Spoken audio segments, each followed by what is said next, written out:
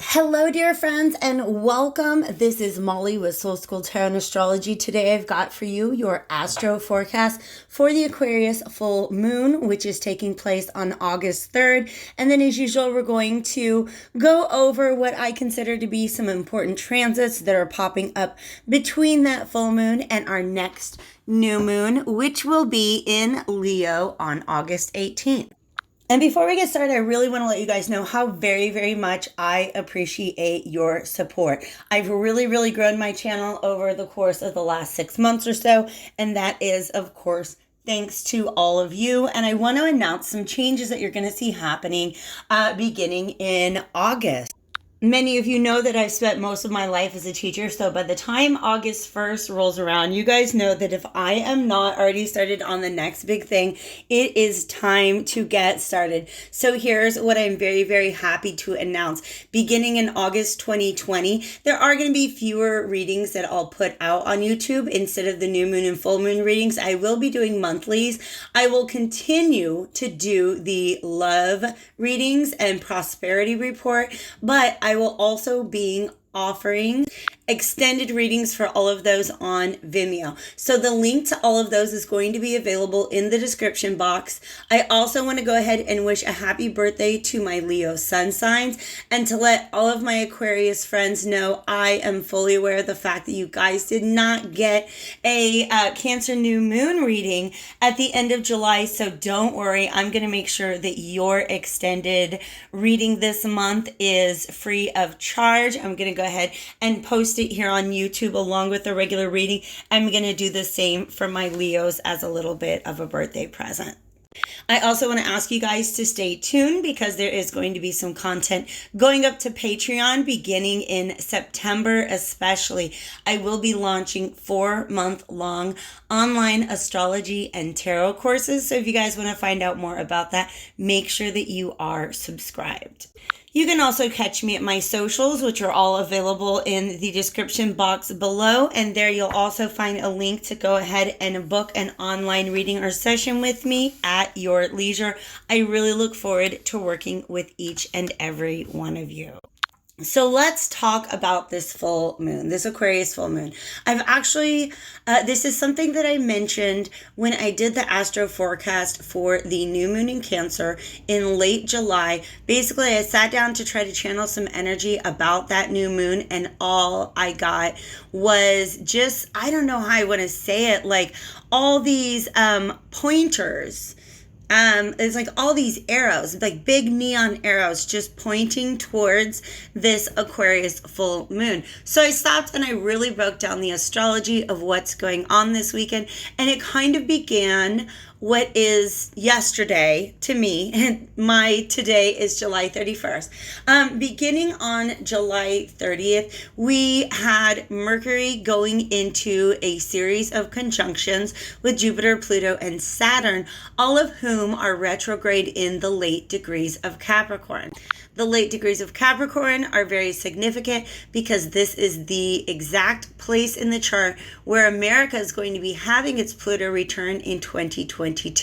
So any kind of shenanigans we have going on in that part of the chart, I just go ahead and make the assumption that it is connected to what is unfolding in America today. So the way we got Mercury set up to oppose all of these outer planets, and as well as to work, Mercury and the moon are working their ways into squares with Neptune and Uranus. There's just this overwhelming sense that I get that there's some sort of news that's going to come out that's going to be very disillusioning, very shocking, probably pretty dark, and that will leave people absolutely reeling.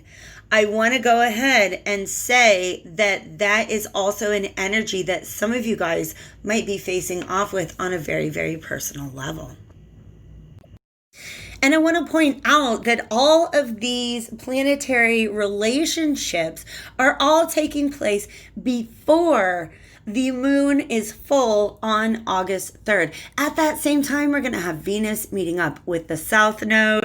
And we're also going to have that full moon, which, by the way, anytime we've got a full moon, that means that the sun and the moon are on opposite sides of the sky. Halfway between them, we've got Uranus in Taurus, and Uranus is the ruler of Aquarius, the sign in which this full moon is taking place.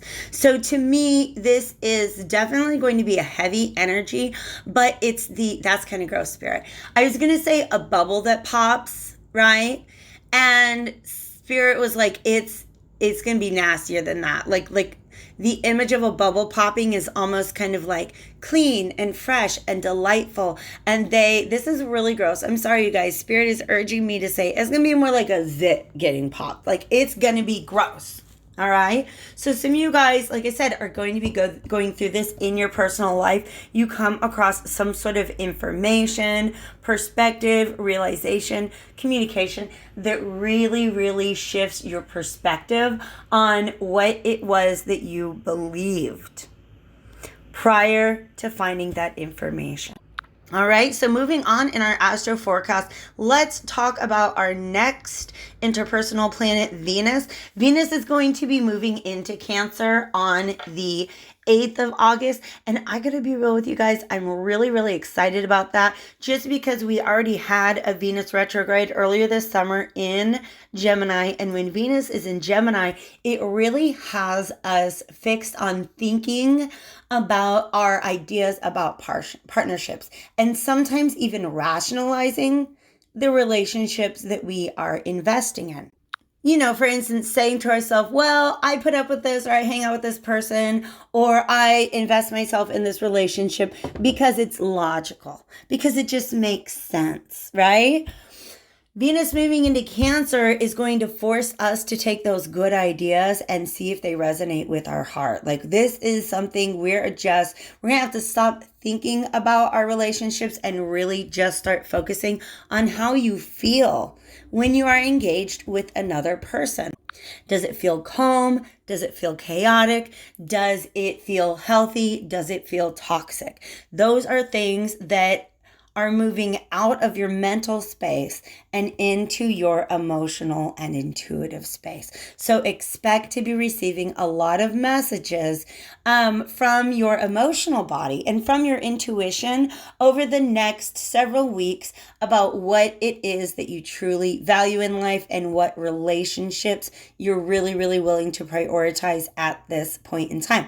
Because Venus in Cancer, honey bunnies, that's also about self-love.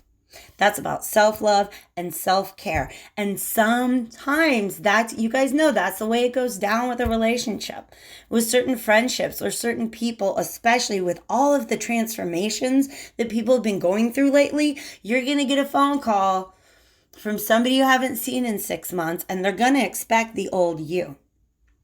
And a lot of you guys are going to be put in a position to either meet that person's image of the old you, protect their feelings, or to just stick with self-care and protect your own feelings. And as always, you guys know who I tell you got to put first. It's you. Nobody else is going to do that. It's your responsibility, your right, and your privilege to always put yourself first. All right, now finally, the last planet that I really want to talk about when it comes to what's going on in the sky over the next couple weeks. This is a planetary configuration that's going to be playing out actually all the way until we get into Virgo season. So Mars, the planet of drive, desire, diligence, just it's a planet of like, how do you move through the world to accomplish the things that you want? All right. That's what Mars is. Mars has to go through a set of squares with those same 3 retrograde outer planets in the late degrees of Capricorn that Mercury's having to deal with this weekend. So on the 8th, the same day that Venus is moving to Cancer, Mars is going to square up with Jupiter. Mars is already in Aries, and you guys, I kind of get the feeling that this could be a lot of stubbornness coming from either the masculines in our life or the masculines within ourselves. Please remember, masculine and feminine are energies and not genders. It has nothing to do with your body parts or how you present yourself to the world. These are two just essential parts of what it is to be a human being. We have an inner masculine, we have an inner feminine. Around the 13th of August, Mars is going to be squaring up with Pluto. So any sort of shadow work, any sort of transformations that Mars has been undergoing over the past 6 months, this is going to be an opportunity to really, really walk that walk. Okay, because in your conversations with yourself, you're talking the talk, saying, you know what, these are going to be my priorities going forward. By the way, you guys, I am getting a nudge to send you back to a video I did. I believe it's on my playlist, All Signs Bonus Reading, and it is Venus direct Mars in Aries, and that talks about the transformation that we've seen, both the divine feminine through Venus and the divine masculine through Mars.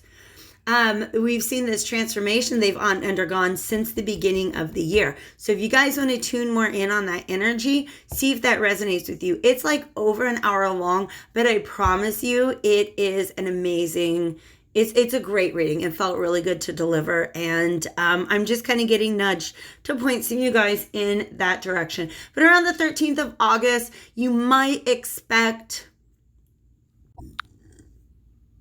some of those inner wounds or some of that shadow self to kind of begin to show its head again, just to see if your transformation has in fact been complete. And then when Mars squares up with Saturn on the 24th of August, that's when you're really going to start to feel some resistance, if not from within, from the external world. So basically, what is it that you are trying to move forward with, and where are the limitations? The way Saturn's been acting all year long, I'm just going to let you know. Saturn wants to point out the way in which you have begun to participate in the ways in which society tries to limit you. All right. So whenever I talk about this, I always talk about who is that adorable little elf in the Rudolph the Red-Nosed Reindeer stop motion animation special. You guys remember the elf? His whole life he was expected to be an elf, but you know what he really wanted to be? He really wanted to be a dentist. But his whole life he told himself, I'm never going to be a dentist, because that's what society had always told him. So in other words, he had internalized that limitation that he was handed by society. All right. So if you want to be a dentist, be a dentist. If you want to move to an island of misfit toys, go ahead and do that. Don't let me tell you how to live your life. All right. And the final thought that I want to leave you guys with, for now, because I don't want to overwhelm you, is that the moon is going to be very, very busy. The moon's always very busy. The moon moves around the entire zodiac in 28 days. So it's always high-fiving and elbowing and backhanding planets as it goes by. But I want you to know that the dates of the 16th and the 18th are very, very, very heavy aspect days, so expect them to be very, very moody. But I promise you guys, a lot of what the energy that the universe is bringing in for us right now is still a part of this purging that it has been putting us through all year long. So let's say, for instance, you decide to clean out your closet, and then you're like, all right, I did it. I got rid of jeans. I got rid of dresses. I did it. Look at my closet. It's so nice. It's so organized. I can see where everything is now. And then the universe is like, shoes. Did you even look at shoes? Right? So those little things from the past, those parts of the old you you're trying desperately to cling to, the universe is going to make that desperate clinging feel more and more uncomfortable and